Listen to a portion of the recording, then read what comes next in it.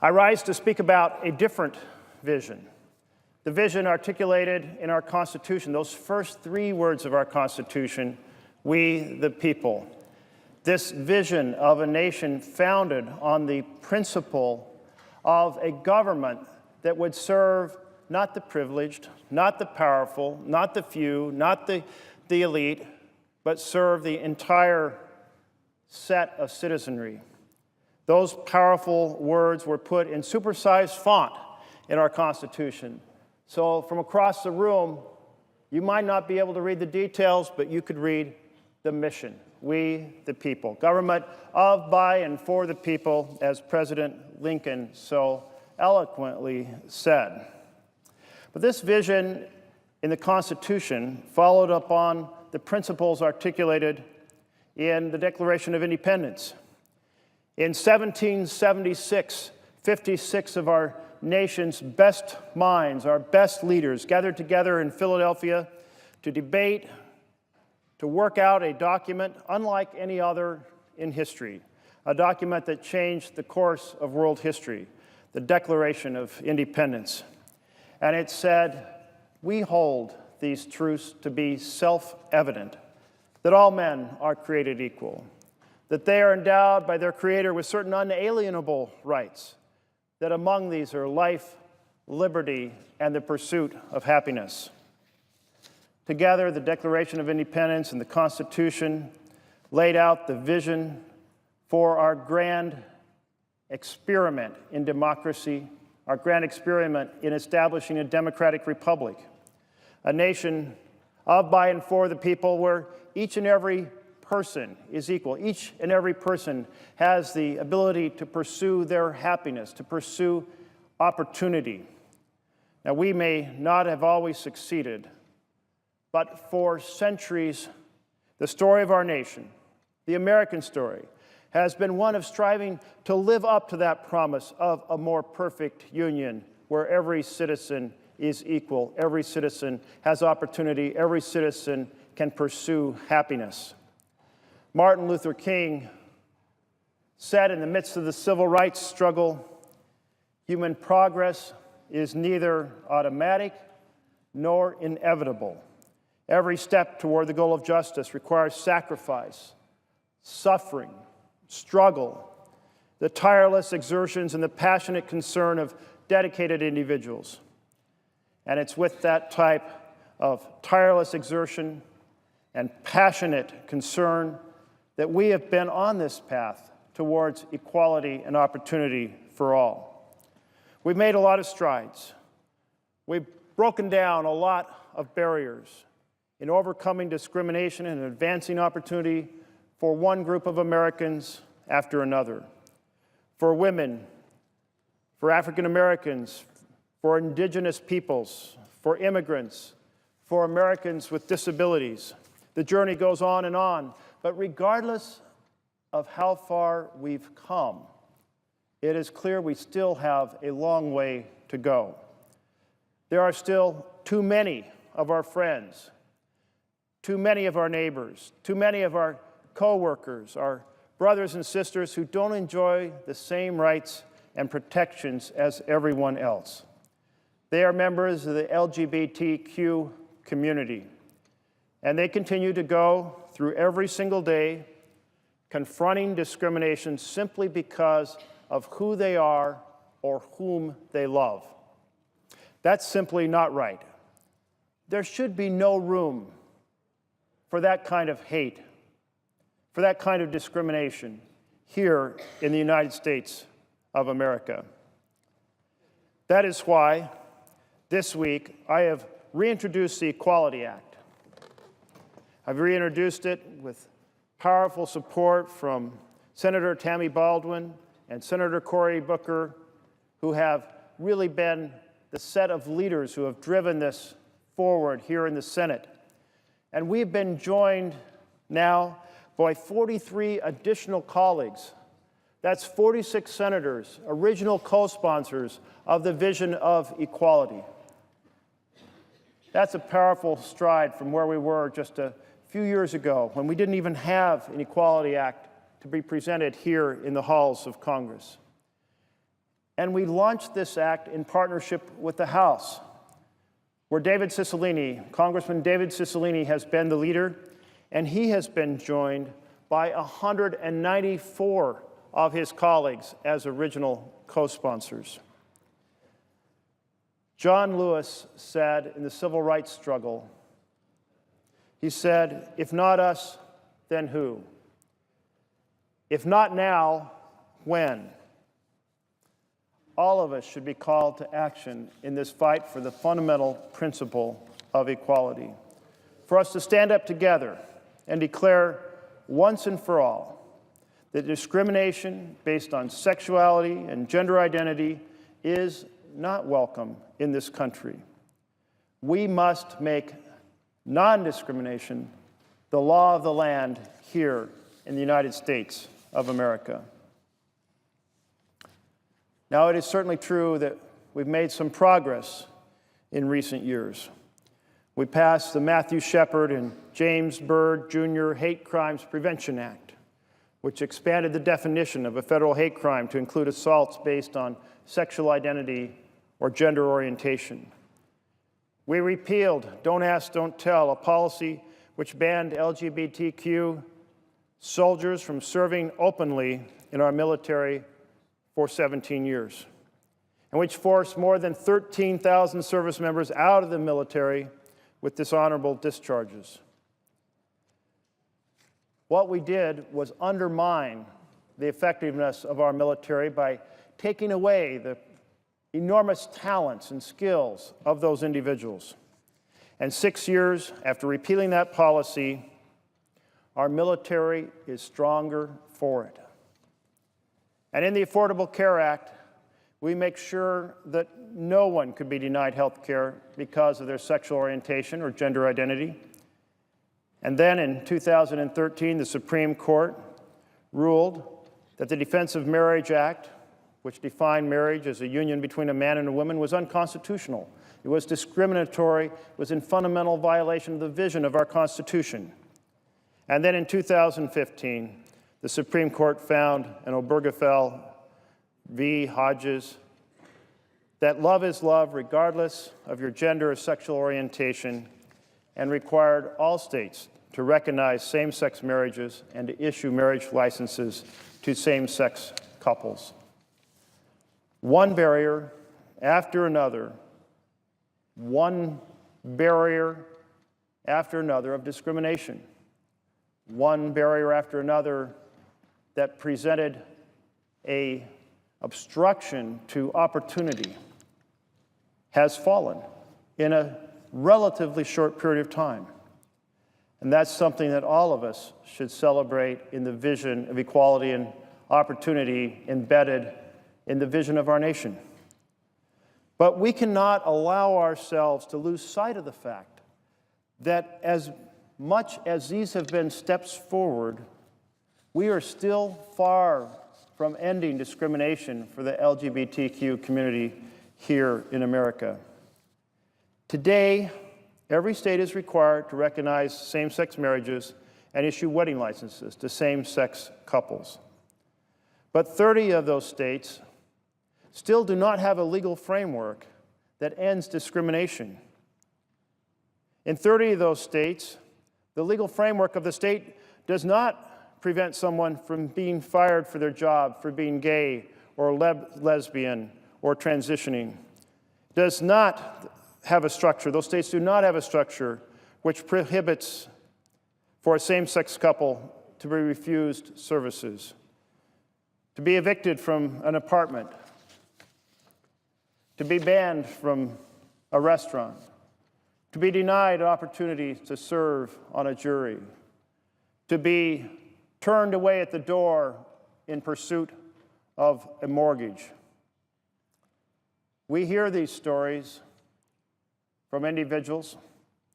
Ask a science teacher who was fired after telling her principal that she and her wife were planning to get pregnant. Or the same-sex couple that was forced to leave a park after kissing in public. Or how about the woman who was fired from her job as a security guard in a Savannah hospital, and when she took the hospital to court, she lost. under the framework of law in that state. Or ask the LGBT community in Orlando. What we see is that when you have discriminatory laws, discriminatory legal structure, that engenders discrimination. And the discrimination facilitates and engenders hate. And hate leads to violence.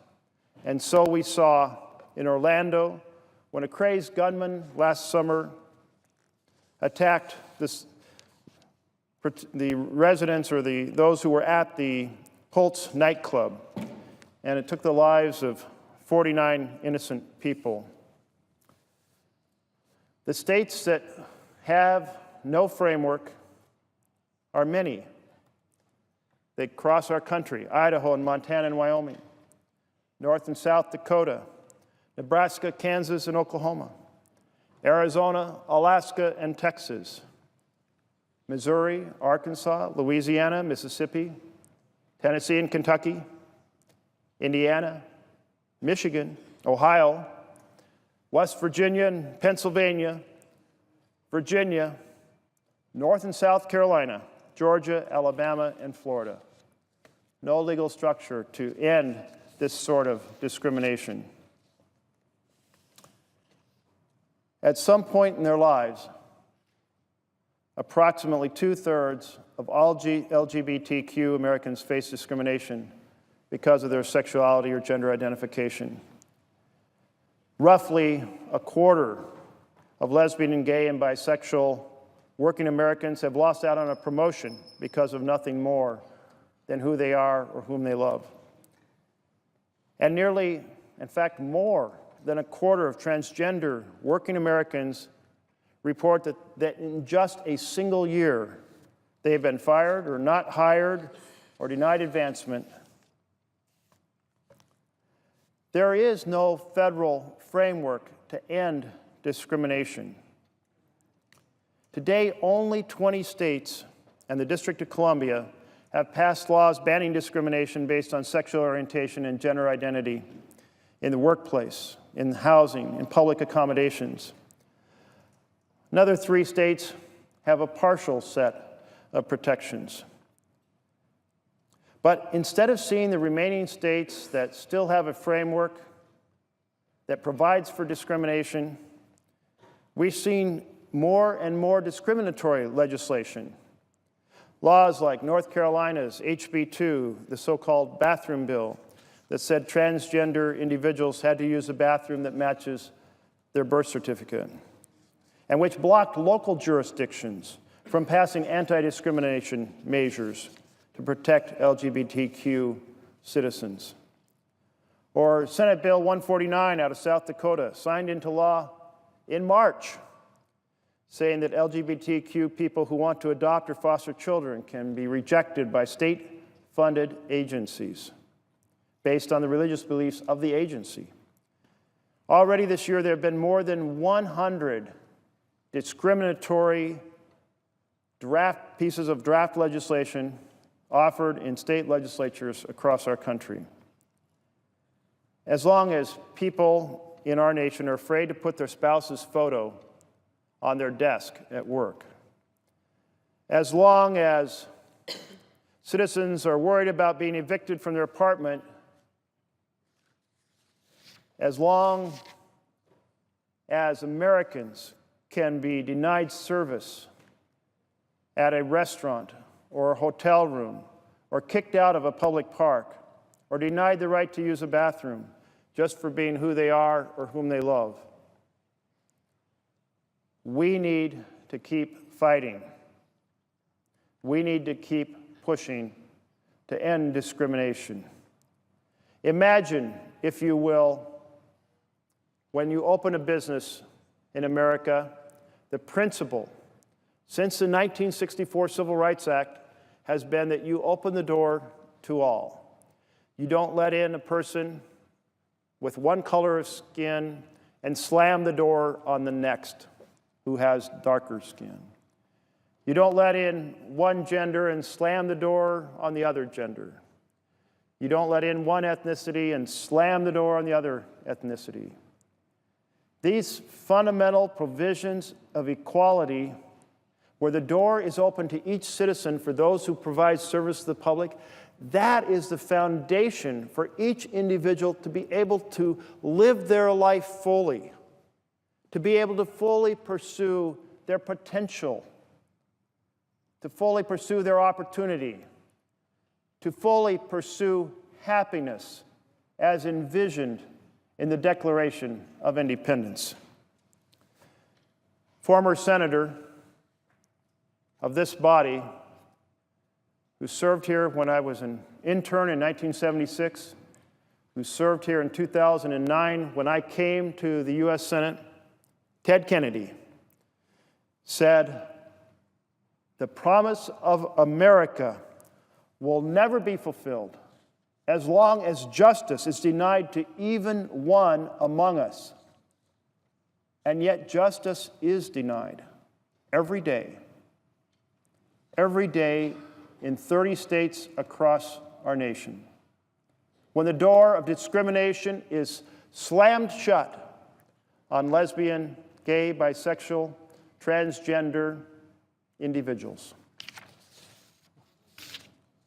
We, the people here in America, understand that it's time to stop slamming the door of discrimination shut and open the door to full opportunity and full equality as envisioned in our founding documents. 60% of Americans support same-sex marriages. More than half oppose North Carolina's bathroom bill and other similar bills to discriminate against transgender individuals. According to one study by the Public Religion Research Institute, more than 70% of Americans support comprehensive federal legislation. So public opinion is in support of moving forward to keep the door of opportunity open and stop slamming the door of discrimination in the face of our citizens. It's time for us to stand up for our fellow citizens. Time for us to speak out against this discrimination. Time for us to declare once and for all that every American, no matter who they are or whom they love, deserves to live free from fear, free from violence, free from discrimination. It's time for us to stand with our friends and our neighbors and our co-workers and our brothers and sisters in the LGBTQ community. It's time for us to move forward and create non-discrimination legislation based on the same sound foundation that has served so well in regards of addressing discrimination in other parts of our society, and that is the 1964 Civil Rights Act. Time to consider the Equality Act here in the Senate of the United States. If at a time when so much discrimination, so much daily assault occurs on our fellow citizens, shouldn't we be holding a hearing to have these citizens speak up and share their stories?